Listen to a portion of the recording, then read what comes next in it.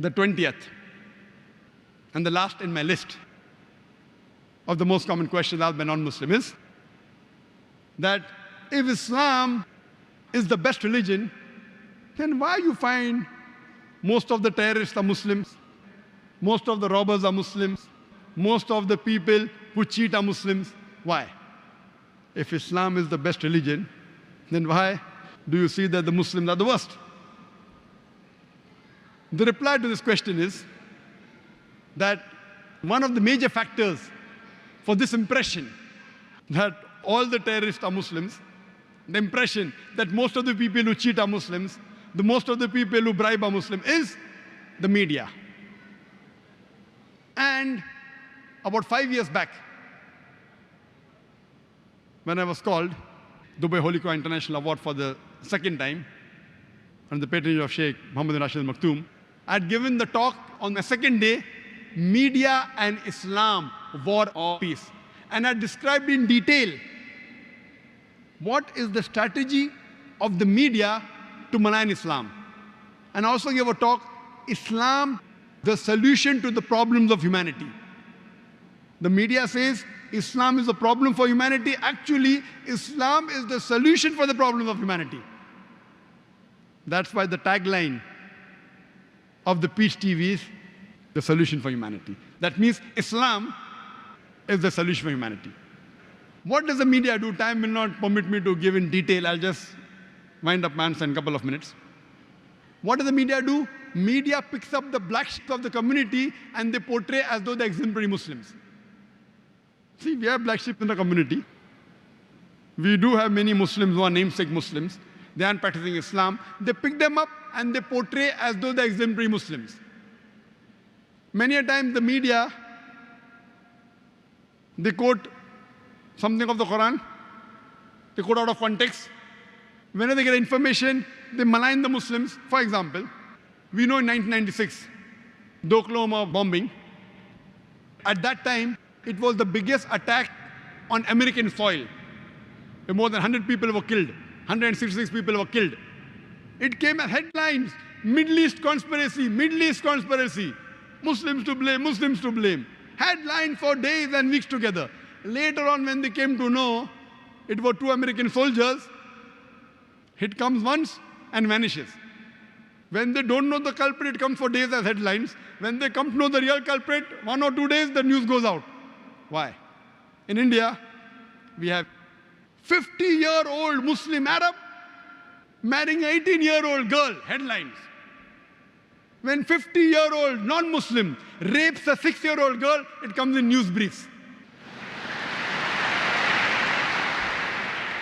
That 50-year-old Arab Muslim, he's taking permission and marrying a girl with her will, with the will of the parents.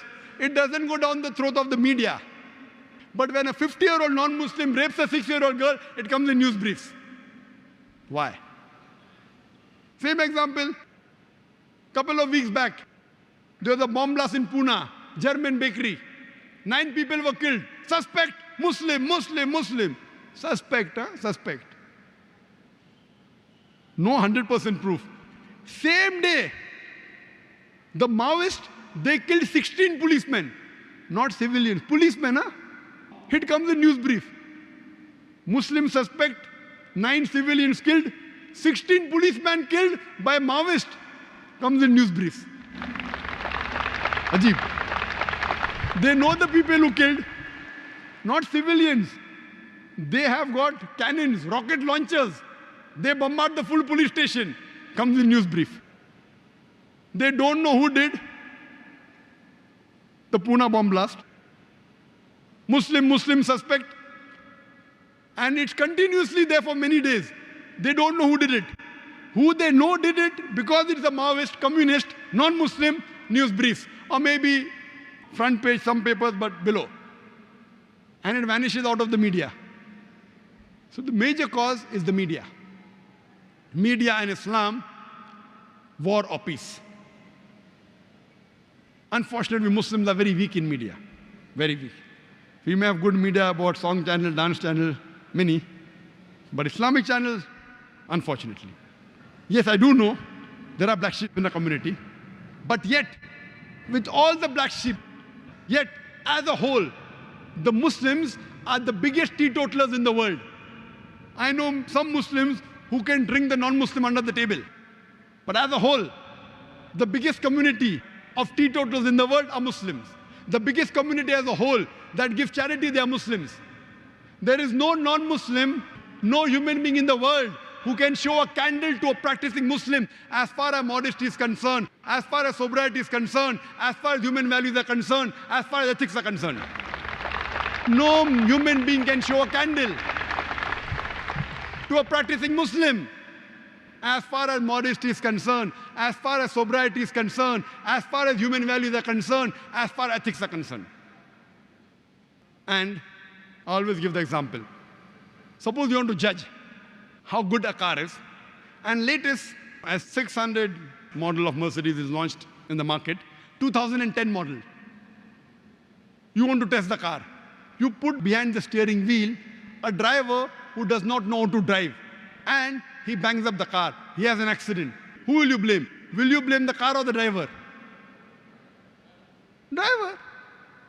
If you want to know how good the car is, you have to know the specifications. What is the pickup? What are the safety measures? What is the ratio? What is the average of the car?